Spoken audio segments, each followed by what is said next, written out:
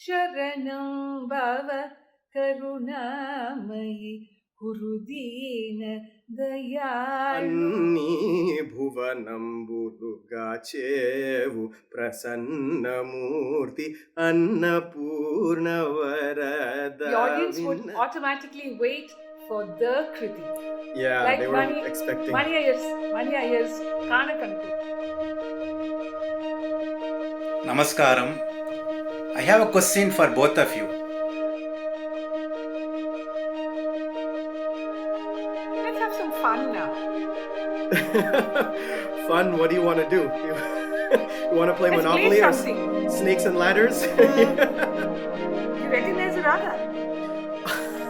I'm just basing on what you're singing. I don't know what's going on. Hi Sandeep. Hi. Nice to get back to a conversation.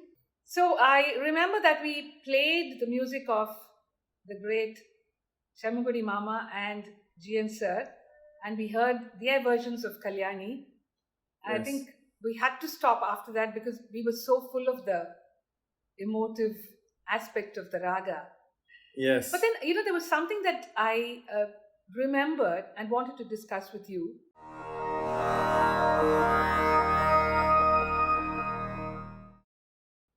Yesteryear musicians, I think each parampara was known for a particular raga, was identified with a raga. Like the Maharajapuram school, their Mohanam was outstanding, they would say.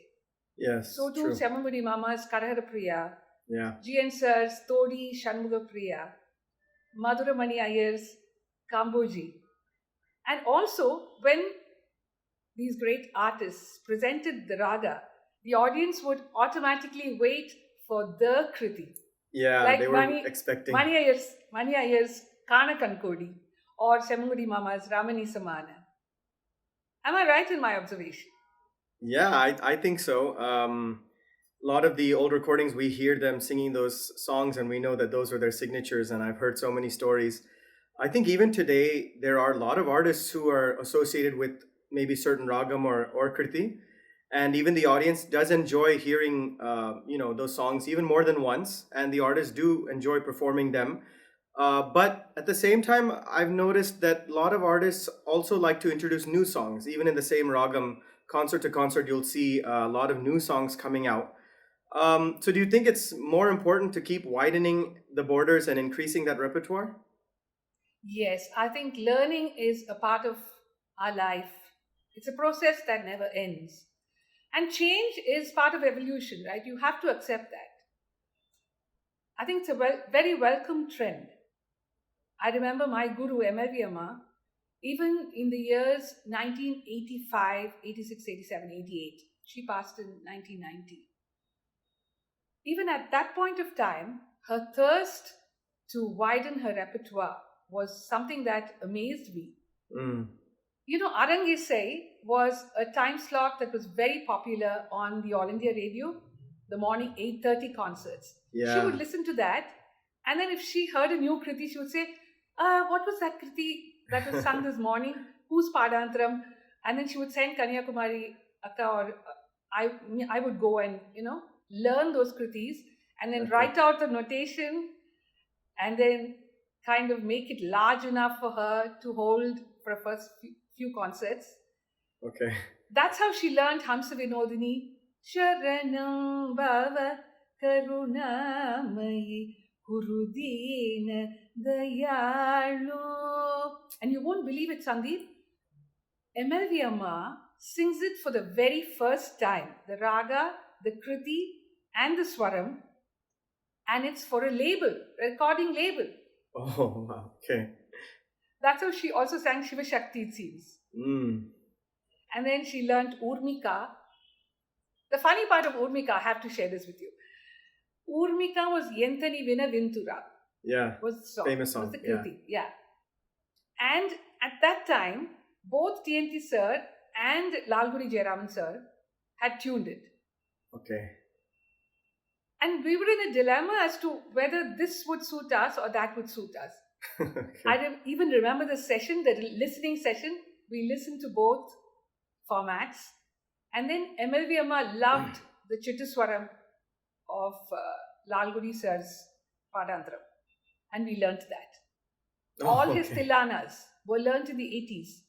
Revati, Mohana Kalyani, Kamas, Ragishri, Behak. The kind of list is endless. The point is that I couldn't believe that an artist who had touched the pinnacle of her career was still wanting to learn new kritis, new ragas. Yeah, I mean that is quite amazing, and I think a lot of people know and have seen my guru Sanjay sir still today learns so many new kirtis and brings out new kirtis concert to concert. That's something that like we're even seeing live today, and it's a big inspiration for me to keep on learning. But even long before that, I remember when I was just 11 years old, I was learning from KSK Mama, and I had gone to visit flute Ramani sir. Ramani Mama was teaching my brother Nikhil flute at that time. And so I went to see him after class one day, and he just said, "What did you learn today?" And I said, "Today I learned Ramachandram Bhavyami in Vasanta." So he said, "Just sing the Pallavi." I thought he just wanted to hear me sing and check how I'm doing, and So he said, "Sing the Pallavi," and I was singing the Pallavi and two or three Sangadis, and he was just listening patiently. And then after completing the Pallavi, he said, "Just sing that last Sangadi again." So I sang it again. And then he said, "Then na swaram adha tirpi paadu, sing it again one more time." So then I sang it again, and he said, "Nalla irukke." And then he literally got a piece of paper, and he was like writing the swaram for that. And I was just wondering what's happening right now. Did I do something wrong? Like, oh, how can, I felt like I was being tested.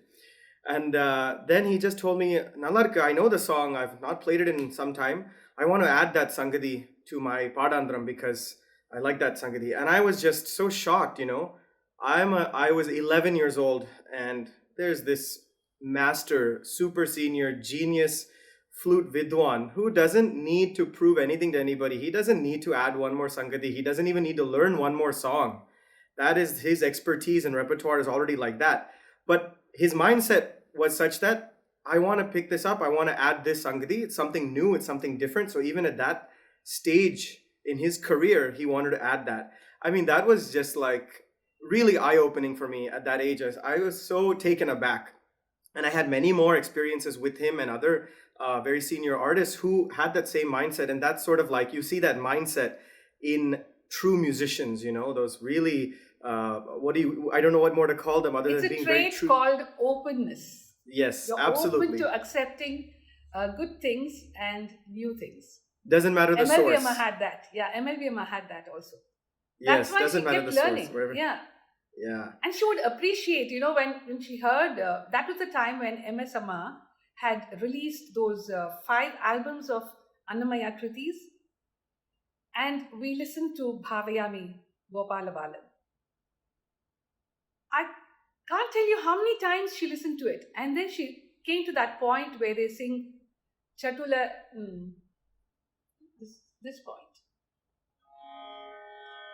Kutila Padagatita Sankula Sinajitenatam Chatula Natana Samujvala. And she'll say, "Stop." And she'll say, "Play it again." I say, "Ennamma ivvalavu thara kekkreenga?" And the precision paru, and the perfection paru, Shruti Shuddham, Kala Pramanam, Sangati Vidara Vidam, Oru koral illa rendu koral paadradhu. Can you even differentiate between the two voices? That is the perfection we have to aim at. Yes. And I feel you said the same thing about Ramani Mama.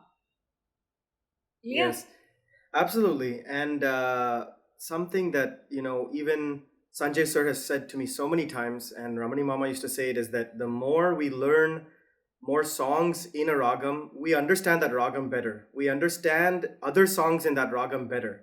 So it's not just about learning maybe 4 songs in that ragam. Even if we only sing 4 or 5 of them, knowing 20 of them will make those 4 so much better, and we become better musicians. And you had mentioned about the tilanas, which kind of also made me think that today we also sing a lot more variety of tilanas, and maybe there was a sort of a tilana boom in the 80s, 90s, and even going on today. that a lot of new tilanas came out. Lalgudi sir, Ramani Mama himself has composed, Kalyan Raman sir, and so many Balamurli sir has composed. I mean, we just have this. Yes. Have you noticed that like a lot of concerts, there's a lot of variety of tilanas? Yes, yes. And I think before that boom period, there were only a few tilanas that were being sung. Senjuruti, Kamas, Belahari, maybe Shankarabaranam. Shankarabharanam, yeah. So now I'm going to surprise you with a Karna Ranjini Tilana. It's of H.B. Raghu's. That's one of my favorite ragams. Love Karna Really? Ranjini. Yeah. What do you sing in that? Vancha Tonuna usually. I'll learn this tilana next. I have to add more to my repertoire. Speaking of which, It's very quick, very brisk, sprightly. Hardly takes about 3 or 4 minutes. Like the Brindavani Tilana of Balamurli Krishna sir. yes. Tondrudana tadi tajanu tadi dadirana. Tondrudana tadi tajanu tadi dadirana.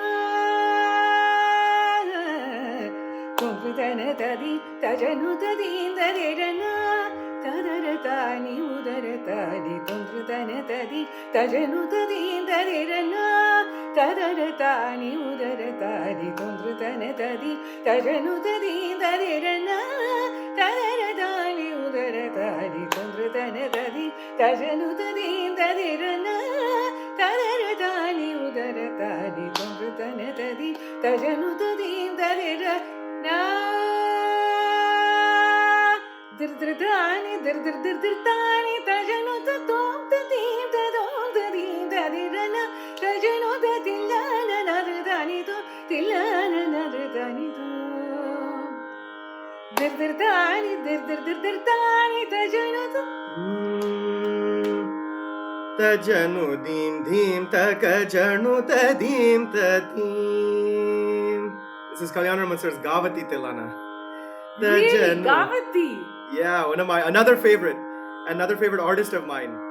Tajanu dim dim takajanu tadim tadim tajanu dim dim takajanu tadim tadim takaditalangu janu takadim takatalangu janu takadim talangu janu takadadim tajanu dim tajanu takajanu tajanu takadim janu takajanudim tajanu takatadiki tajanu takatadim tajanudim tajanudim tajanu janu takatadim tajanudim tajanudim tajanu janu takatadim tajanudim tajanudim tajanudim tajanudim tajanudim tajanudim tajanudim tajanudim. Amazing. The end is so beautiful. And that is in his notation that he has composed even that ending, that slight variation for a sort of a climactic ending that's there in his original notations, which I saw. And if the violinist and the percussion artist come with you, I think it's a real crescendo that you will arrive at. So let's move to a different segment now. Maybe address a few questions that Rasikas have sent across. Hi to both of you. And Parampara gives an identity to a musician. So a GN Sir's Kalyani or a Shamangudi Mama's Kalyani, though different, showcases their Bani. In today's scenario, many aspiring musicians learn from multiple gurus. So in such a scenario, do you think sticking to a single parampara would give them a stamp or a mudra to a performing musician, mainly in terms of identifying the style? So I think that parampara is so important. Parampara is what gives that foundation to one's music. And the growth only comes from having that foundation, that style from their guru and the guru's gurus and so on. So even if today I learn a song from a recording or I go to somebody else and I want to learn some kirti from them, it's always influenced by my foundation and my learnings early on from my guru, my you could say the earlier gurus, my mother, KSK Mama, then Sanjay Sir. Now when I do learn kritis from other places, other sources, it's definitely influenced by that. And the parampara is definitely there no matter what. What do you feel?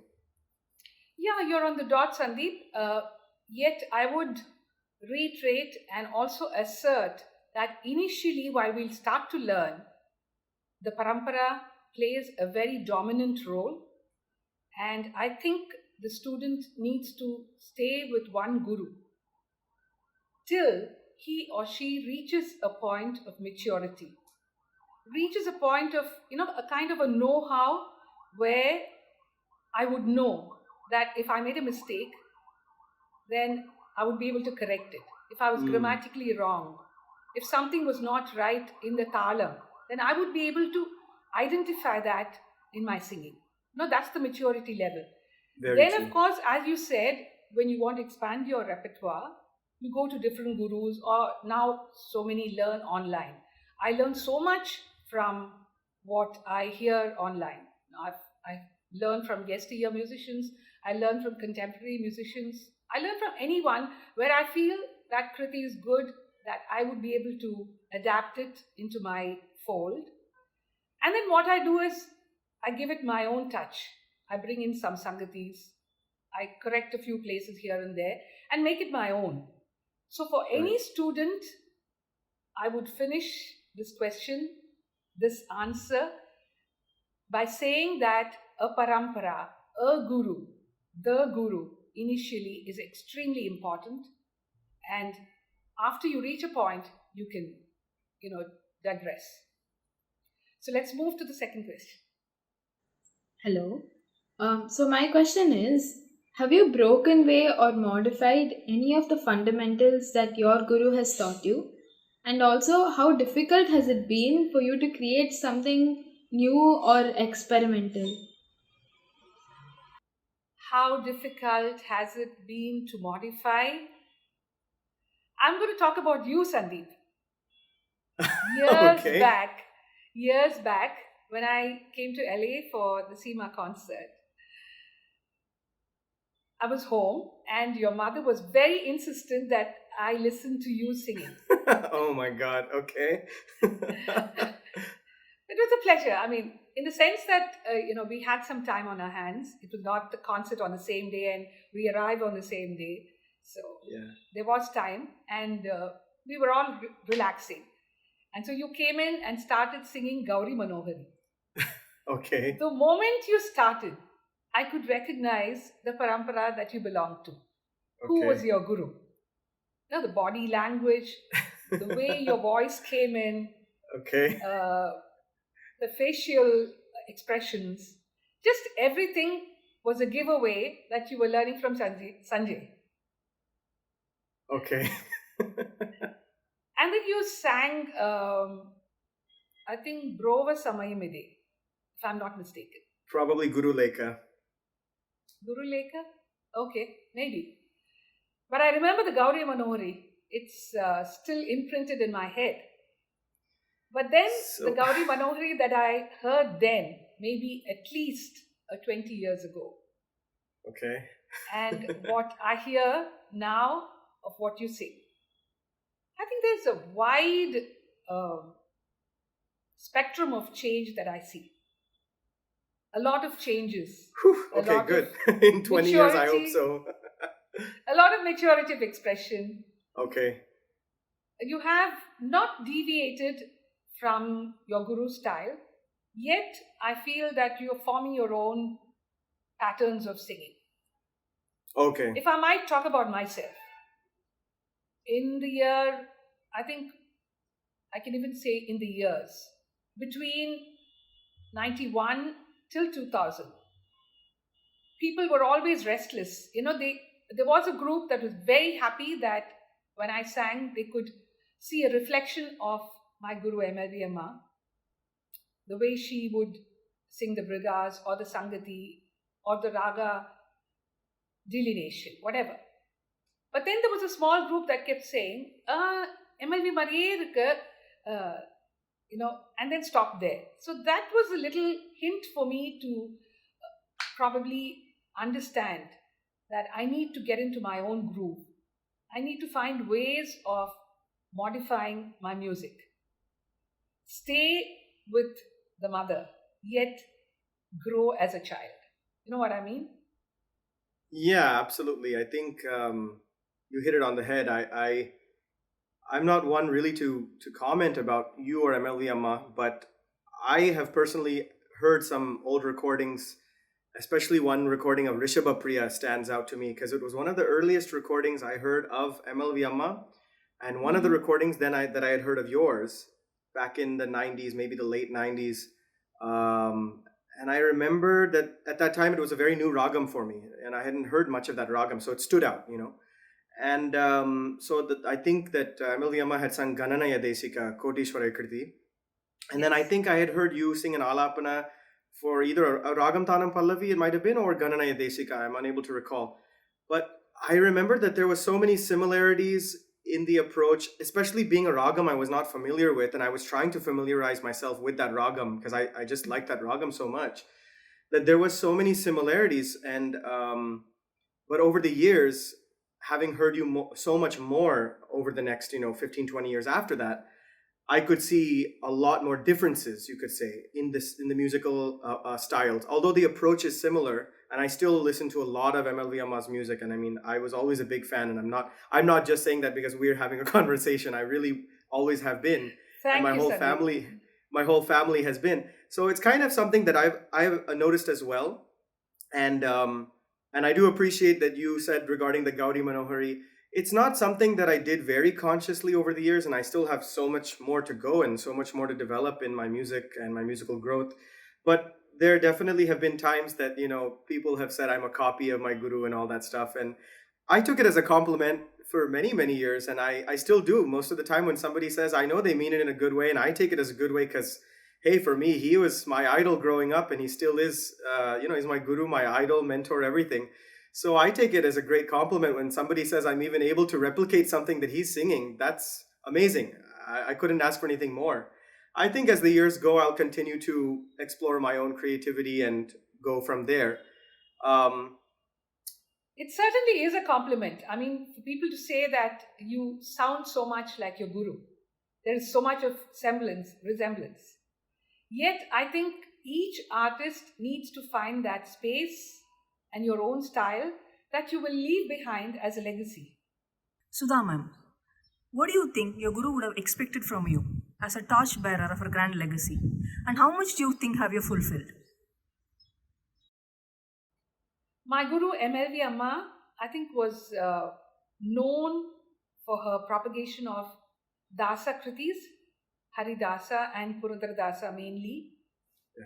She and her mother, Lalitangi, they wrote out a book of notations of Dasara Kritigalu, about 50 kritis, just 50 or 60 kritis, in the fundamental ragas, and it was called Purandara Manimalai. After that, MLV Amma still persisted to work on Dasara Kritigalu, and even after my entry into that space, she has notated or tuned some kritis like Gajavadana Paliso in Begada, Sharanu Ninegi, Sharanam Benu Vitala, I think it was Pahadi, and then Kela no Hari Talano, which was in Kalyani. So many kritis have followed after the Purandara Manimalai. That just showed her commitment to propagating Dasara kritis. And I feel that I have taken it forward a little, not too much, not as much as I would want to take it. But I still work on it now, and there is an idea to bring out another book with about at least 30 or 40 kritis of Oh, wow. Purandara Dasa kritis, notated, and in 3 languages, English, Sanskrit and Tamil. Because Sanskrit for the sake of the Ucharipa, because the Kagha in Kannada is different from the Tamil. The other aspect that MLV Amma used to be known for was her flair and penchant for singing rare ragas. She sang Hamsa Vinodini, as I mentioned earlier, Urmika, Shiva Shakti. Yeah. Now Mandari is being sung, but at that point of time, I think Mandari was new too. Chandra Hasitam. There are many ragas that she tried, and I have stayed with what she has tried. I have not moved on to trying on newer ragas. that is one point where I feel I might have not risen up to the expectation of my guru. I hope to hone myself and expedite the process of singing more new ragas. My question to you is, does the approach and treatment to your raga alapana vary according to the kriti or RTP you are going to sing in that raga? I think definitely, and that's how I have also been taught. My gurus always said that the length of the alapana neraval swaram should sort of match and be appropriate to that song. But not only the length, the approach and the flavor of the alapana which you sing should also suit the flavor or the mood of that song which you're going to be singing.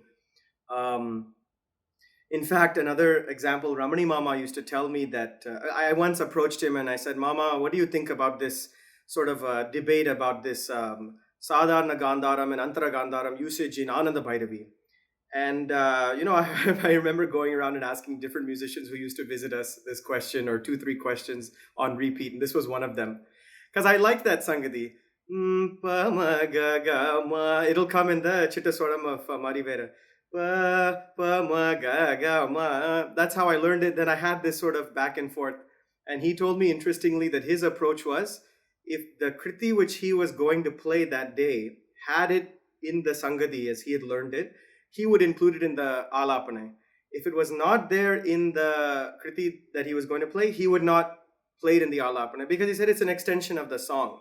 So it had to correlate, it had to connect. So I remember that example always when I approach, alapana and things of that nature, the manodharma, that it should match the song which is accompanying that. Yeah, well summarized, but do we really adhere to that? Do we really stick on to that? Probably not. Each time you go on stage, you want to do your best. You want to, kind of flaunt your style, flaunt your True. brigas and flaunt your speed. So what happens is eventually all that exists in Todi, in your know-how, is just expressed in that particular concert. So I think we should consciously, try to practice what you have said. It would make a great difference to the mood of the raga alap that is exhibited, right? If you're singing in RTP, maybe we can break it up into 3 tiers, like how GN sir would do it or MLVMA would do it. And then bring up a crescendo of those sangatis and finish the alap. So too, if we start with the best example that I can give is Kuluva Maragata Kodandapani irukku Todila. That, if we are singing that, we can start from Shajam. If we are singing Kadanavariki, we can start with Panchamam. If we are singing Dasharathe, then we can start with Madrasana. Make little changes like that, because our journey is long and we keep singing these ragas over and over again. So if we have to give it a polish, if we have to give it a makeover, we have to do it ourselves. Otherwise, it's never going to happen. We get too enthusiastic on stage, too, into it, and then we lose ourselves. I think it also rests with the audience. If you don't complete the plethora of sangatis, somebody comes up at the end and said, you never used this sangati that's so commonly sung in the Raga Todi or Kalyani. Yeah. And then you feel kind of let down. Oh my God, I did it purposefully, and still they say that you haven't done it. Especially when the way that you're structuring the alapana or even the sangatis of a kriti sort of come to that point where the audience, Rasika, is expecting that. Afterwards, they'll say, "Anda sangati paadaliye nalla irundirukkum anga," and then you have to say, "Well, what about all the other stuff I sang?" In Todi, there's one.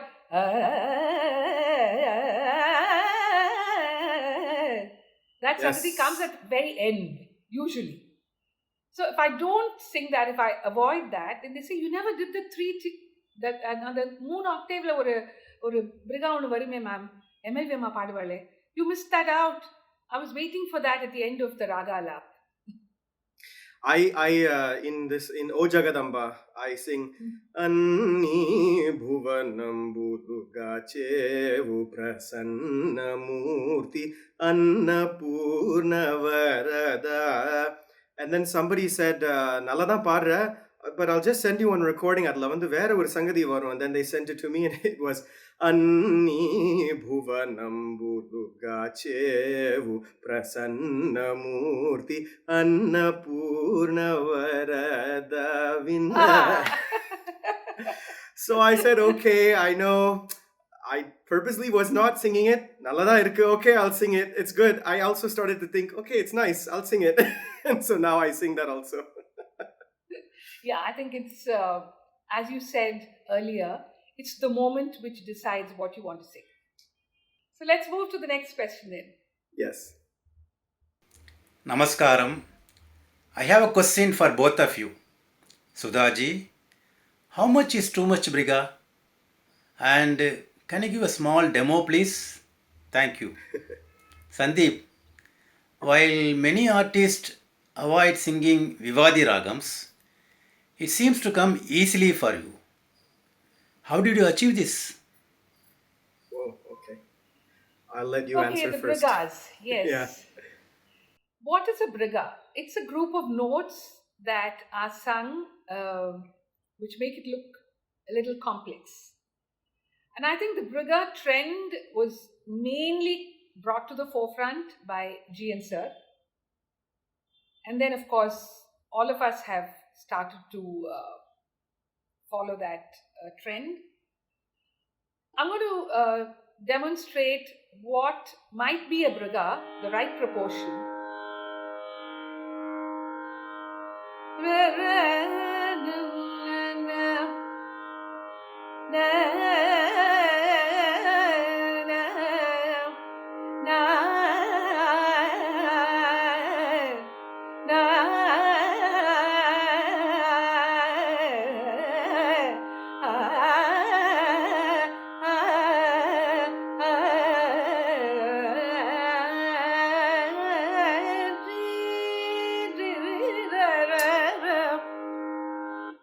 After the briga bit, what I did was I went to a normal rendering of Shanmugha Priya. What would be excess? After this, if I did,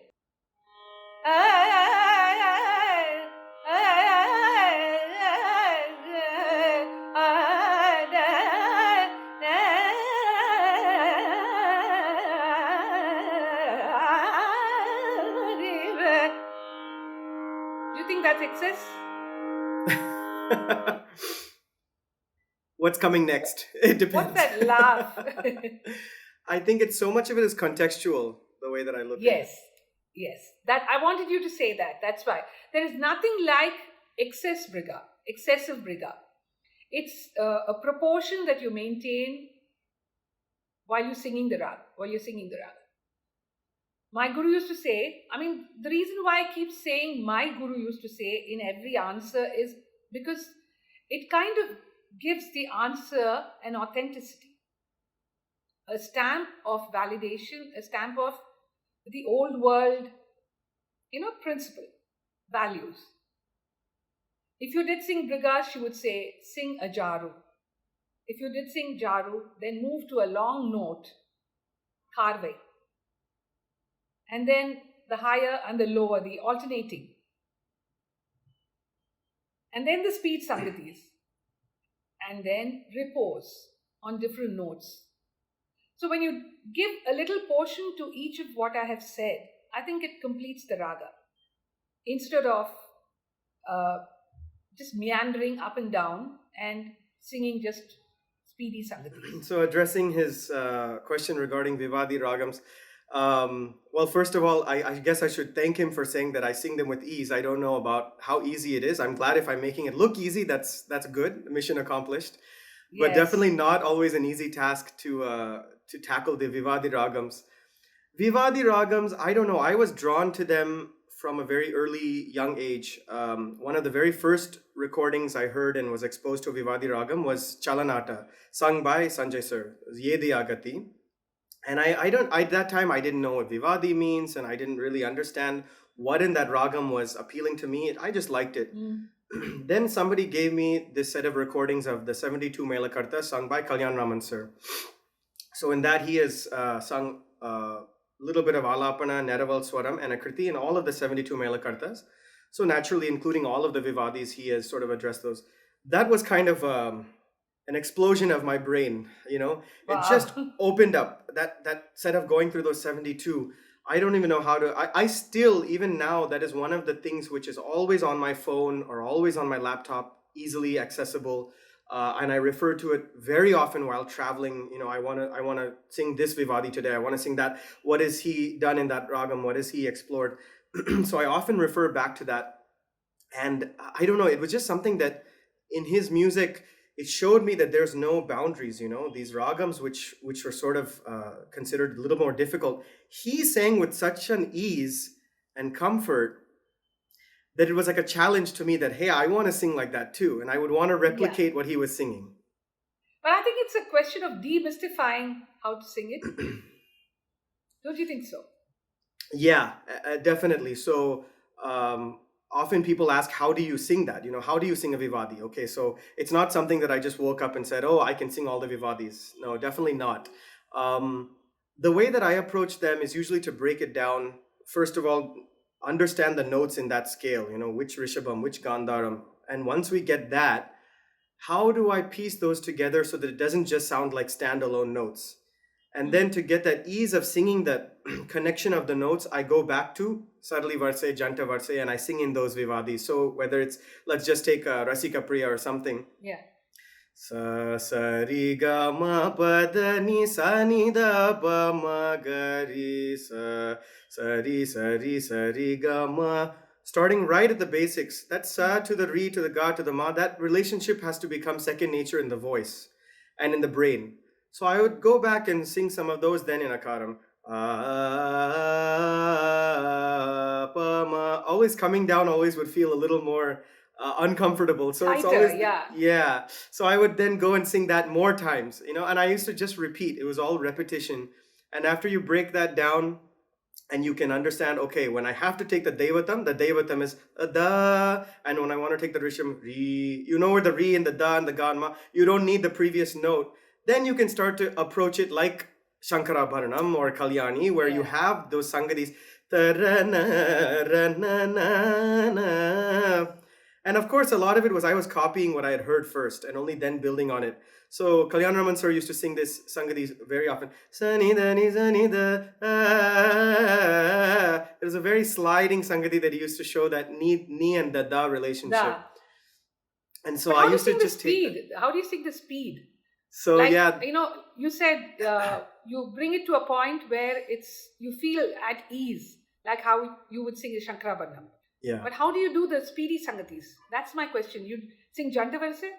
Yeah, that's when I would bring in more of the Janta Varse, singing everything in double, even in triple. Yeah, pa pa pa da da da ni ni sa da sa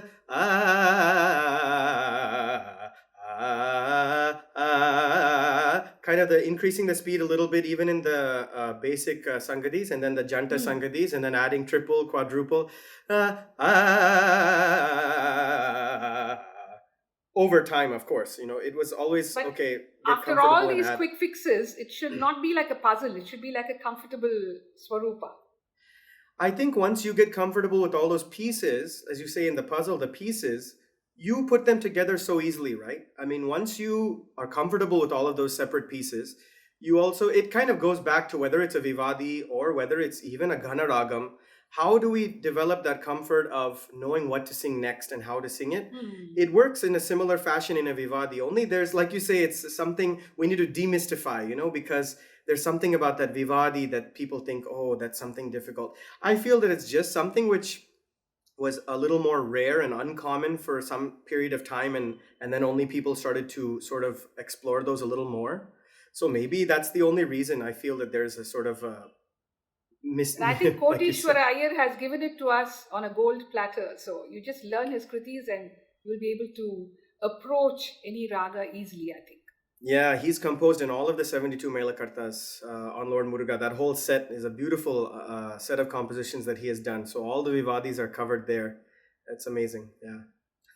We've had serious discussions, right, about so many different dimensions of our music Yes. and the music, your Yes. music, my music.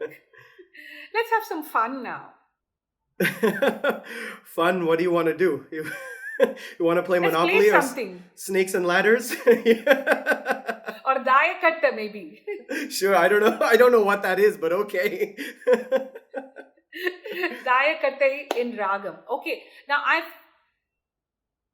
mean, it's vague in my mind, but I think it will work out. It's an Antakshari. Okay, what type of Antakshari? Because I feel that everybody does Antakshari, and I hope we're not going to just do the usual. The usual Kriti singing? No, it's just the Raga singing. Just Antakshari Raga in singing. Ragas. Yeah. Okay. Can we do Okay. that? Okay.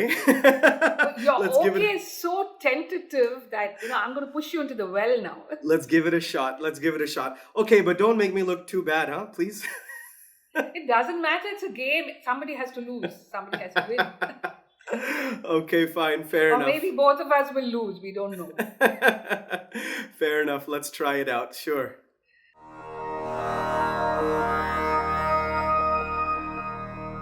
Sandeep, every game has a rule, right? So I'm going to tell you the rules of this game that we're going to play now. Yes, please. Of course, you've played Antakshari before.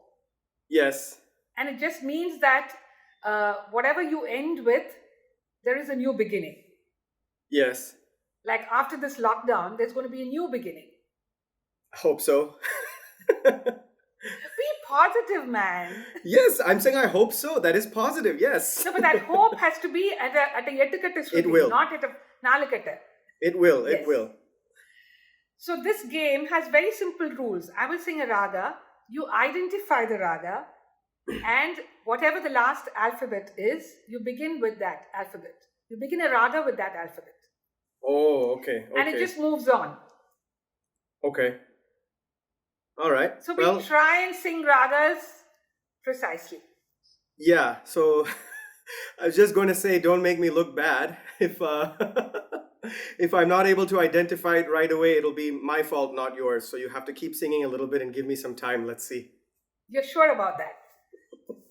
I'm saying it now. Let's see what happens. Ready? Ready. 1, 2, 3.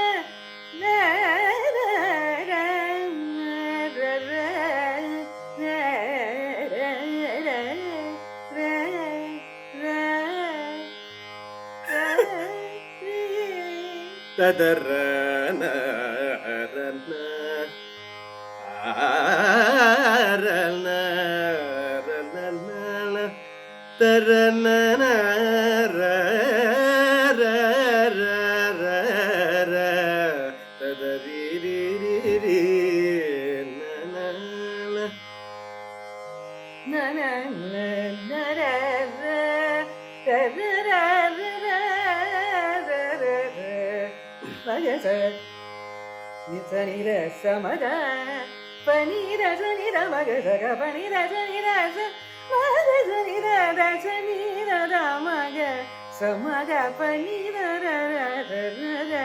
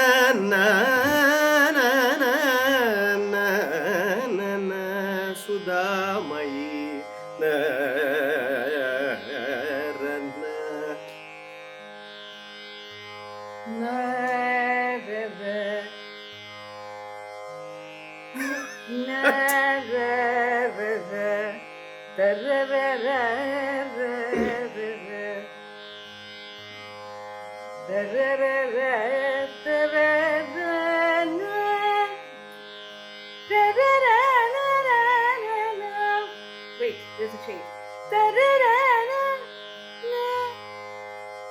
Am I right? The Sadharana Gandharva is there? Samagama. You recognize the raga? I'm just basing on what you're singing. I don't know what's going on. What is it? You're making it up? You made it up or what? Your Vivadi Swaras. Yeah, I'm liking it. I just don't know what it is. Say it sounds like a Senavati Janyam. Yes, Isha Gaula. Isha Gaula. Okay. I saved you actually, Sandeep. I could have easily sung Isha Manohari, but then I would have left you fumbling for. Then I would have the I, yeah. I've had fun. I've had a lot of fun, and I really want to place on record my thanks and our thanks to Madrasana. Absolutely, to Mahesh and his whole team at Madrasana. This is something I didn't expect. You know, when they asked us to come together and do something, this really turned into so many more things, and it's very been very interesting, and I've enjoyed our interaction very much. So thank you as well.